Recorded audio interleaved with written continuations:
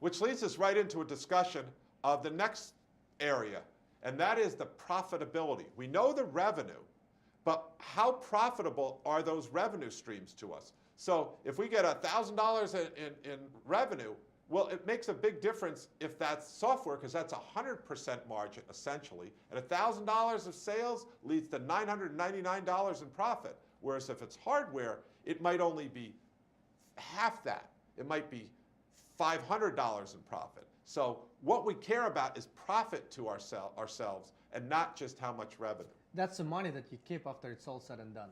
Right. Essentially. So, and the question is, when profit, how do you calculate your gross margin? That's done by understanding in hardware, you'd say, what are all the parts that we hit? This is a bill of material. What parts did we need to build, our phantom piece of hardware? And then how much direct labor? What labor did we have to pay to build that? That's how you calculate, your cost of one more product. And then that's how you calculate your profitability. So to sum up, your revenue, right, and then what you've expended to bring this revenue in. That's correct. And also, do you calculate your profit for each revenue stream, the one-time charge, the recurring?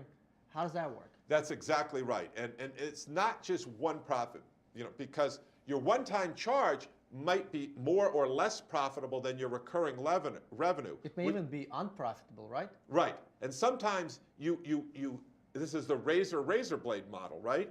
I will take a loss on the razor because I can sell you razor blades at very high margin and make profit on that. So you have to look at these things within within each lane. Within the one-time charge, what's the profitability? Within the recurring revenue, which is often much more profitable, and then those upselling opportunities. And it's more profitable because you've already opened the door to the customer, right? You're not spending money on customer acquisition. That's exactly right. The so-called camel's nose in the tent, right? Right. So, and that's very common business model. So, but sometimes it may not be. The one-time charge may be much more profitable, and the service component of it is lower, that you do that to make the customer happy and potentially get follow-on sales. So to summarize, the second grouping here and figuring out lifetime value is, after we've done the revenue, is how profitable is that? Now, there's still more, but hopefully these two things are very simple and you're with us. Next, we're going to move into the aspects of it over time. Maybe it's useful for us to make a distinction between profit and gross margin, because in LTV you're talking about gross margin, right? Yes. Said as someone who went to business school. There is a difference between gross margin and profit.